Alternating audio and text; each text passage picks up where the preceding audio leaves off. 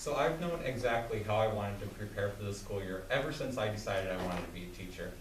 Now, since I've gotten my degree in education, I can't wait to make my dream a reality. Unfortunately, as you know, this year is different. I can't make my dream come true.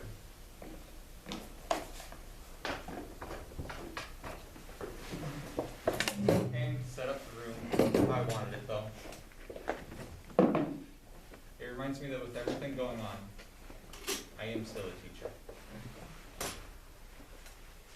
My parents were teachers, and I of course was a student.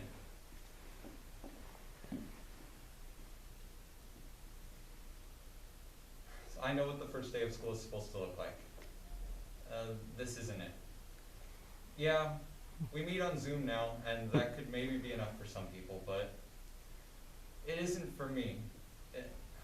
I didn't realize how difficult it would be to build relationships with faceless voices.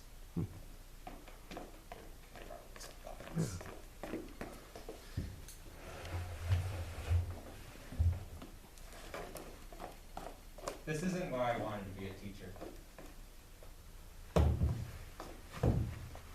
Fortunately, I know that there are others that are a little more optimistic than me.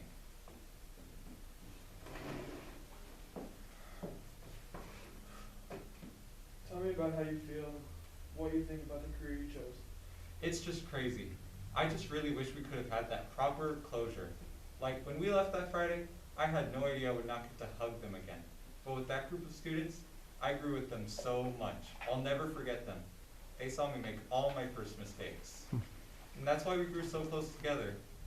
I would say, see, even adults make mistakes.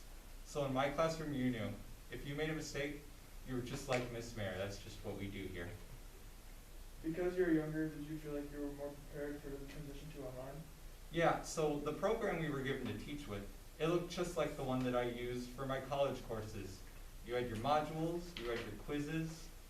The difficult part was taking that from the more adult version that we used as college students and turning it into a more kid version.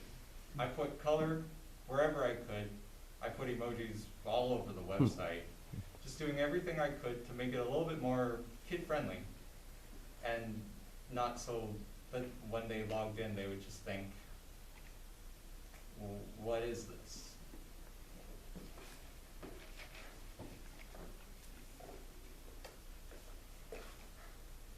Ms. Caballero was a first-year teacher. Ms. Caballero was in her first year of teaching. Her job could be seen as a little more difficult than others, though.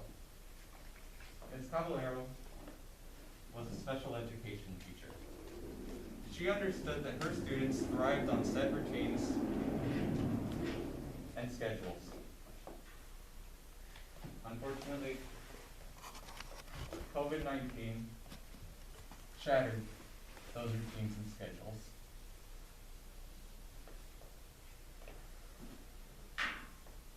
Her students each had specific education plans tailored for them.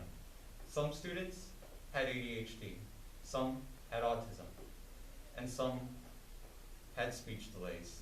Each student required their own in-class interventions. Each student had their own way of navigating the world. How would each student be able to adapt from meeting in person every day to virtually only once a week? Ms. Caballero had to maximize her resources to be able to ensure her success. She said, "When I finished my field hours, I knew that I loved being in the classroom.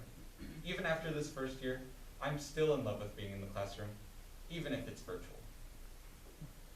Ms. Caballero showed the immense strength that the teachers have to be able to adapt to a situation that they were just never trained to face.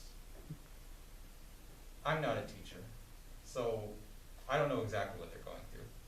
But I think my college teachers are a little more transparent than teachers of maybe other levels about their struggles. And after all, I am a student too, so I'm going through this in my own way. But luckily, as a student, I can just focus on my own studies. I don't have the success of others on my shoulders. That's why I respect teachers so much in a time like this. Question, Sam. Do you think that this will scare away future teachers? The teachers I know, they got into this for their love of education and the love for their students. I don't think this will change anything. Teachers, after all, are here to change lives. Awesome.